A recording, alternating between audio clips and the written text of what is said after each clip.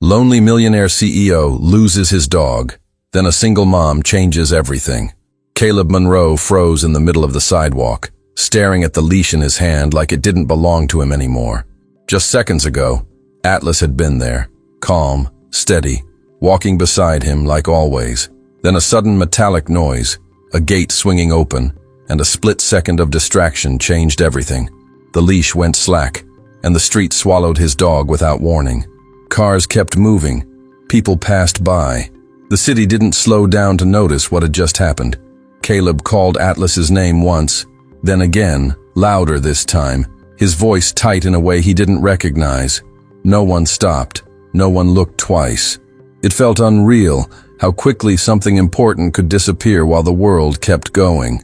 If you believe in compassion and the quiet strength of ordinary people, take a moment to like and subscribe. Stories like this remind us how one small act can change everything. Atlas wasn't just a pet.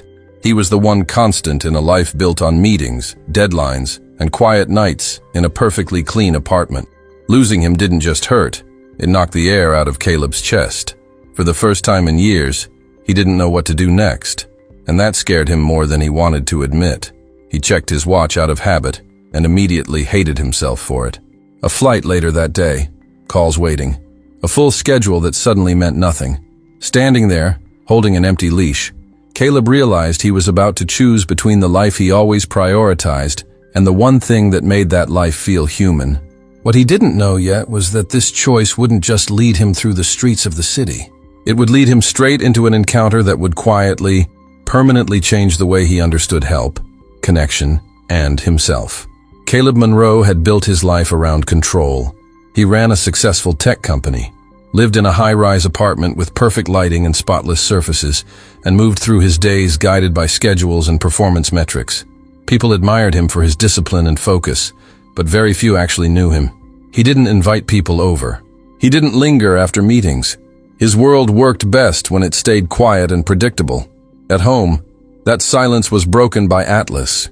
The dog wasn't part of some curated image of success. He was a rescue with too much energy and an unshakable habit of following Caleb from room to room. Atlas waited by the door every night, greeted him every morning, and made the apartment feel less like a showroom and more like a place where someone actually lived. Caleb never said it out loud, but that presence mattered more than any professional achievement. That morning's walk had been routine, rushed, and familiar. Caleb checked emails on his phone while Atlas sniffed the same corners he always did. It was supposed to be quick, just enough time to clear his head before another demanding day. That's why losing Atlas hit so hard. It wasn't just unexpected, it was disorienting. One careless second had cracked open the carefully managed rhythm of his life. As Caleb started searching the neighborhood, he realized how little he'd ever needed to rely on strangers before. He asked people passing by if they'd seen a brown dog with a blue collar, and most barely slowed down. A few shook their heads politely and kept walking. The city felt efficient and indifferent, just like the systems he'd built for himself. Except now, that efficiency felt cold. The more time passed, the more the absence grew heavier. Caleb kept moving, checking streets and side paths, but inside he felt something unfamiliar creeping in. Fear. Not the kind tied to business risks or market shifts, but the kind that comes from losing something irreplaceable. He understood, maybe for the first time, how fragile his carefully constructed life actually was. As the search stretched on, Caleb's phone buzzed non-stop with reminders of the day he was supposed to be having, meetings he wasn't attending, a flight he was meant to catch, responsibilities waiting patiently to reclaim his attention. He ignored them all, even as the discomfort of doing so grew. Somewhere between the empty streets and the unanswered calls, Caleb found himself standing at the edge of a decision he'd never practiced making before. He didn't realize it yet, but this moment was quietly preparing him for something more than finding a lost dog. It was preparing him to face the part of himself that had learned how to succeed without learning how to lean on anyone else. And that part was about to be tested in a way he never expected. By late morning, Caleb's calm had completely unraveled. He retraced the same streets again and again, calling Atlas's name until his voice sounded strained and unfamiliar. He stopped at vet clinics, talked to security guards, and taped flyers to poles with hands that wouldn't stay steady. Each small interaction reminded him how alone he was in this search, surrounded by people who listened politely but quickly returned to their own lives. He answered a call from his assistant and finally said the words he never said. He told her to cancel everything, the meetings, the flight, the expectations. When she hesitated, surprised, he repeated himself more firmly. That decision felt reckless and necessary at the same time. For once, Caleb chose something that couldn't be justified by logic or profit. Right after he ended the call, he noticed a woman standing nearby with 2 children. She wasn't staring or whispering. She was simply watching, her attention focused on the flyer in his hand. After a moment, she stepped closer and asked if the dog was his. Her voice was calm, careful, like she didn't want to intrude on something fragile. Caleb nodded and told her Atlas's name, not expecting much. But instead of offering a quick apology and walking away, the woman introduced herself as Marissa Coleman. She called her kids over and asked where Caleb had last seen the dog. There was no hesitation, no curiosity about who he was or what he did, just a quiet decision to get involved. As they started walking together, Caleb felt something shift. The weight of the search didn't disappear, but it changed shape. It was no longer his alone to carry, and without realizing it, he had stepped into a moment that would redirect not just the afternoon, but the way he understood help and connection from that point on. As the afternoon slipped toward evening, the search started to feel heavier in a way Caleb hadn't expected. The city didn't look the same anymore. Streets that had felt familiar that morning now felt indifferent, almost hostile, as if they didn't care whether Atlas was found or not. Caleb walked beside Marissa and her kids, still calling Atlas's name, but the sound of his own voice began to feel distant, like it belonged to someone else. He tried to stay present, especially because the kids were there, but his thoughts kept drifting into places he didn't want to go. Every empty alley, every closed gate, every darkened doorway triggered a new fear. He imagined Atlas scared, confused, or hurt, and each image tightened his chest a little more. Caleb wasn't used to sitting with uncertainty like this. In his world, uncertainty was something to eliminate, not endure. They moved through the neighborhood methodically, stopping to ask people who were closing shops or heading home for the night. Some were kind, others distracted, most tired. Each conversation ended the same way, with polite concern and no answers. Caleb felt his energy draining, not just physically, but emotionally. The hope that had carried him earlier began to thin, replaced by a quiet dread he didn't know how to name. Eventually, they reached a small park tucked between older apartment buildings, lit by tired street lamps that cast long shadows across the ground. Caleb sat down on a bench without saying anything, his legs heavy, his hands still gripping the flyer. For a long moment, he just stared at the photo of Atlas, noticing details he'd never really looked at before. The way Atlas's ears tilted slightly, the softness in his eyes. It hurt in a way that felt almost physical. Caleb finally broke the silence by admitting what he'd been avoiding all day. He said he didn't know what to do next. He didn't dress it up or try to sound calm. He just said it plainly, like a fact.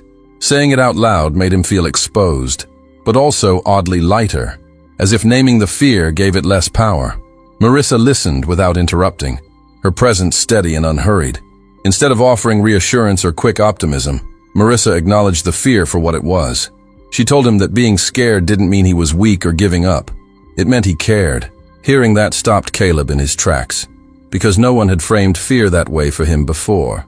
In his world, fear was something to hide, manage, or overcome quietly. Here, it was allowed to exist. As the light faded completely, Caleb felt the full weight of what Atlas represented in his life. Atlas wasn't just company or routine. He was the one place where Caleb didn't have to perform or prove anything. The thought of losing that connection made his chest tighten in a way he couldn't ignore. It forced him to face how empty his life had quietly become around that one source of warmth.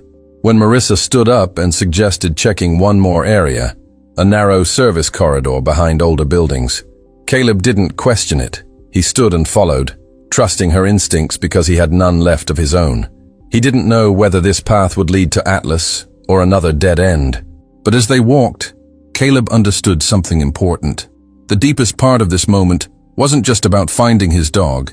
It was about standing at the edge of loss and choosing not to turn away, even when the fear felt unbearable. As they walked down the narrow street Marissa had pointed out, something shifted in the air between them, the kind of shift that doesn't announce itself but still changes everything. The buildings were older here, closer together, with cracked walls and dim lights that made the place feel forgotten. Caleb slowed down, suddenly aware that this part of the city didn't match the world he lived in. Marissa noticed his hesitation but didn't comment. She just kept walking, steady, like this space wasn't strange or unsafe, just familiar. Halfway down the block, they stopped near a small loading entrance behind a closed grocery store. The smell of old food and damp cardboard hung in the air, and Noah wrinkled his nose. Marissa crouched down and called Atlas's name softly, not loud, not panicked, like she was speaking to a scared child. Caleb watched her, surprised by the gentleness in her voice, so different from his own strained calls earlier. It hit him that she wasn't just helping him search. She was showing him another way to be present. When there was no response, Caleb felt that familiar drop in his chest again. He leaned against the brick wall, rubbing his neck, and for a second it looked like he might apologize for wasting their time. Before he could, Marissa spoke, her voice low but firm, and said, "Can I tell you something?" Caleb nodded, not sure what to expect, but too tired to stop her. The kids stayed quiet, sensing that something important was about to surface. Marissa explained that she recognized his face earlier, not from business magazines or news articles, but from the way he'd been holding the flyer. She said she'd held pictures like that before, taped to poles and handed to strangers, hoping someone would care enough to stop. Years ago, when her life had fallen apart, she'd lost more than things. She'd lost people, support, and the version of herself that believed help would come easily. Her voice didn't shake, but the honesty in it landed heavy. She told him about the night she realized she was truly alone, standing in a hospital hallway with no one to call and 2 kids who needed her to be strong. She talked about learning how to ask strangers for help without knowing if they'd say yes. And she admitted that most of the time, they didn't. Caleb listened without interrupting, his back still against the wall, feeling something open in him that had been locked for years. This wasn't just about Atlas anymore. This was about recognizing pain when you see it. Caleb finally spoke, his voice quieter than it had been all day. He said he'd built his life to avoid moments like this, moments where control disappeared and emotions took over. He admitted that Atlas wasn't just a companion, he was a shield, something that made coming home feel less empty. Saying it out loud made his chest tighten, but it also felt honest in a way that scared him. Marissa nodded, like that truth fit perfectly into a story she already understood. Liam broke the heaviness by pointing toward a side door slightly ajar, asking if dogs could fit through there. Marissa smiled at him, then looked back at Caleb and said, "See, that's how it works. You don't stop feeling scared. You just keep moving anyway." Caleb followed her gaze, feeling a mix of gratitude and fear. Because letting someone see you this clearly isn't easy. It requires trust, and trust wasn't something he practiced often. As they moved closer to the door, Caleb realized this moment was already changing how he saw Marissa. She wasn't just a helpful stranger anymore. She was someone who carried her own history of loss and survival, and still chose to show up for someone else. That realization made him wonder what else he'd been missing by staying so closed off. And as he stepped forward, heart pounding, he didn't know whether what waited behind that door would bring relief or another wave of disappointment. But he knew one thing for sure. He wasn't walking away from this story the same man he'd been that morning. Caleb didn't realize when the shift happened, only that he was no longer chasing Atlas alone in his head. Somewhere between Marissa's story and the quiet determination in her kids' faces, his fear stopped being the center of the moment. It was still there, heavy and sharp, but now it had a direction. He wasn't just trying to recover what he'd lost. He was trying to protect something fragile that existed in front of him right now. The trust these strangers had offered without hesitation. They split up slightly, not far enough to lose sight of each other, but enough to cover ground. Marissa gave calm instructions, the kind that didn't feel bossy, but still carried authority. Liam took one side of the building with a flashlight from his backpack, while Noah stayed close to her, holding her jacket.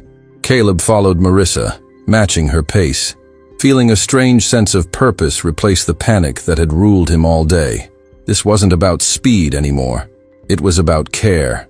As they moved, Caleb noticed things he usually ignored.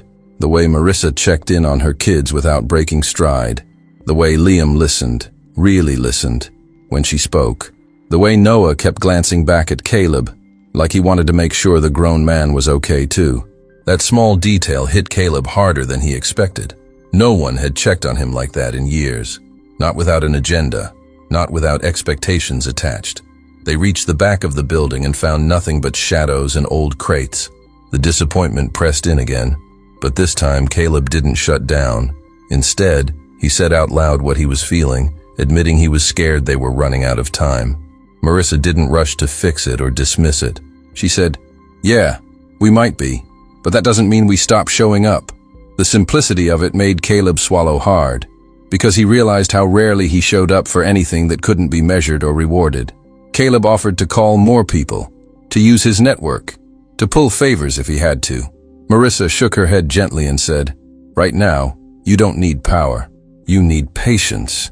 It was a sentence he'd never heard in a boardroom, and yet it felt truer than most advice he'd followed. So he put his phone away again and stayed present, letting the moment unfold without trying to control it. They kept searching, block by block. And as the night deepened, Caleb found himself doing something unfamiliar. He started encouraging Marissa's kids, thanking them, telling them they were doing great. The words came out awkward at first, but then more naturally. Liam smiled when Caleb praised his attention to detail. Noah relaxed when Caleb joked about Atlas being bad at directions. These tiny connections mattered, even if none of them said it out loud. At one point, Marissa stumbled slightly on uneven pavement, and Caleb reached out without thinking, steadying her arm. The contact was brief, respectful, but it carried weight. Marissa looked at him, surprised, then smiled in a way that wasn't flirtatious, just grateful. It struck Caleb how rarely he touched anyone these days, how much distance he kept between himself and the rest of the world. Helping someone physically, even in that small way, felt grounding. They stopped near another building, and Marissa suggested checking with a maintenance worker she knew sometimes stayed late. Caleb followed her lead without question, trusting her instincts over his own logic for the first time in a long while. That trust scared him, because it meant surrendering control, but it also felt relieving, like setting down a weight he'd been carrying alone for too long. As they waited by the side entrance, Caleb realized this was the real fight he was in. Not against time, not against the city, not even against fear. He was fighting the part of himself that believed he had to handle everything alone. And just as that thought settled in, the door creaked open slightly, and a voice called out from inside, setting the stage for the next moment that would test how far Caleb was willing to go for someone else. The maintenance worker turned out to be an older man who recognized Marissa right away and nodded like this wasn't the first time she'd asked for help after hours. He listened carefully as Caleb explained, holding up the photo of Atlas with hands that no longer shook as much. The man said he hadn't seen the dog, but he mentioned a service corridor that connected several buildings behind the block. Hearing that, Marissa's shoulders relaxed just enough to signal hope without promising anything. Caleb felt it too, that fragile lift that comes when someone takes your problem seriously. They walked together toward the corridor, the lights dimmer now, the sounds of the city softened by distance and night air. Caleb noticed how naturally they'd formed a small unit, moving together without needing to speak much. Liam stayed alert, Noah stayed close, and Marissa stayed calm in a way that steadied everyone else. Caleb realized he trusted them, not just with the search, but with the version of himself that had surfaced today. That trust felt risky, but it also felt right. Inside the corridor, the air was cooler and smelled faintly of oil and damp concrete. Caleb called Atlas's name again, slower this time, careful not to sound desperate. His voice echoed down the narrow space, and for a moment there was nothing but silence. Then, faint but unmistakable, came a soft sound that made his heart jump. It wasn't a bark, just a shuffle, the scrape of paws against the floor. Caleb froze, afraid that moving too fast would scare Atlas deeper into hiding. Marissa put a hand up gently, signaling everyone to pause. and she whispered that scared dogs often listen before they show themselves. Caleb nodded, crouching slightly, lowering himself to Atlas's level even though he couldn't see him yet. He spoke softly, telling Atlas it was okay, that he wasn't in trouble, that he'd found him. The words surprised Caleb as he said them, because they sounded like reassurance he might have needed too. From the shadows, Atlas finally stepped into the light, tail low but wagging, eyes wide and unsure. Caleb's breath caught in his chest, and for a second he forgot everyone else was there. Atlas hesitated, then recognized the voice, the smell, the familiar presence, and he moved forward. When Atlas reached him, Caleb wrapped his arms around the dog without caring who saw, pressing his face into fur and letting the relief wash over him. It was quiet, but it was everything. Liam and Noah broke into smiles, the kind that comes from shared victory rather than excitement alone. Marissa stayed back, watching, her expression soft and full, like she understood the weight of the moment. Caleb stayed on the floor longer than necessary, grounding himself in the reality that Atlas was safe. He hadn't realized how much tension he'd been holding until it released all at once, leaving him shaky but lighter. When Caleb finally stood up, Atlas leaning against his leg, he looked at Marissa and her kids with a gratitude he didn't know how to express properly. He started to speak, then stopped, realizing thank you didn't feel big enough. Marissa smiled and said, "You did the hard part. You stayed." The words landed deep, because Caleb knew how close he'd come to walking away earlier. Staying had been the bravest thing he'd done all day. As they stepped back into the night together, the city felt different to Caleb, less cold, less distant. Atlas walked close, like he knew he'd almost been lost. Caleb felt something else settle in his chest too, a sense of connection that went beyond relief. He had found his dog, yes, but he had also found proof that showing up for someone else can change you in ways success never does. And just as that realization took hold, Caleb sensed there was still more ahead, something that would test whether this connection would last beyond this moment. Finding Atlas didn't magically end the night the way Caleb thought it might. Relief came first, heavy and overwhelming, but once it settled, other things rushed in to fill the space it left behind. Outside the corridor, Marissa's phone buzzed with messages she'd been ignoring, reminders of a life that didn't pause just because she chose to help someone else. Caleb noticed the tension in her shoulders when she checked the screen, and for the first time, he wondered what it had cost her to stay so long. They walked a few blocks together, slower now, Atlas close to Caleb's leg, still a little shaken. Marissa explained that she was supposed to be at her sister's place hours ago, helping with paperwork for their late mother's estate.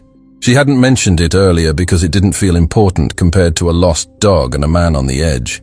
Caleb listened carefully, realizing how easily she put other people first, even when her own life was complicated. That realization made him uncomfortable in a way that felt necessary. When they reached the edge of the park again, Liam asked if they could sit for a minute because his legs were tired. Marissa hesitated, glancing at the time, then nodded. They sat on the same worn bench from earlier, the streetlights humming above them. Caleb felt a strange sense of déjà vu, like the day had looped back on itself, but with everyone changed. This time, the silence didn't feel empty. It felt earned. Caleb broke it by asking Marissa a simple question, one he'd avoided all night. He asked how she managed everything, the kids, the responsibilities, the constant pressure. Marissa laughed softly, not because it was funny, but because the question was familiar. She said she didn't manage it, not really. She just kept choosing the next right thing, even when she was tired, even when no one noticed. Caleb let that sink in, because it challenged the way he'd built his entire life around optimization instead of intention. Liam and Noah drifted into their own quiet conversation, giving the adults space without being asked. Marissa admitted that sometimes she worried about what her kids were learning from watching her struggle. She worried they'd grow up thinking life was only about survival. Caleb surprised himself by responding honestly, saying he worried about the opposite, that he'd built a life so smooth and protected that he'd forgotten how to feel. The shared admission hung between them, fragile but grounding. The moment was interrupted by a call from Marissa's sister, her voice tense even through the phone. There were issues with the paperwork, decisions that couldn't wait, and frustration that had been building for weeks. Marissa closed her eyes as she listened, apologizing more than once. Caleb watched her absorb the weight without pushing back, and something inside him shifted. He realized kindness isn't just about showing up once. It's about standing with someone when their world keeps demanding more. Without fully thinking it through, Caleb offered to help. Not with money right away, not as a solution, but with time.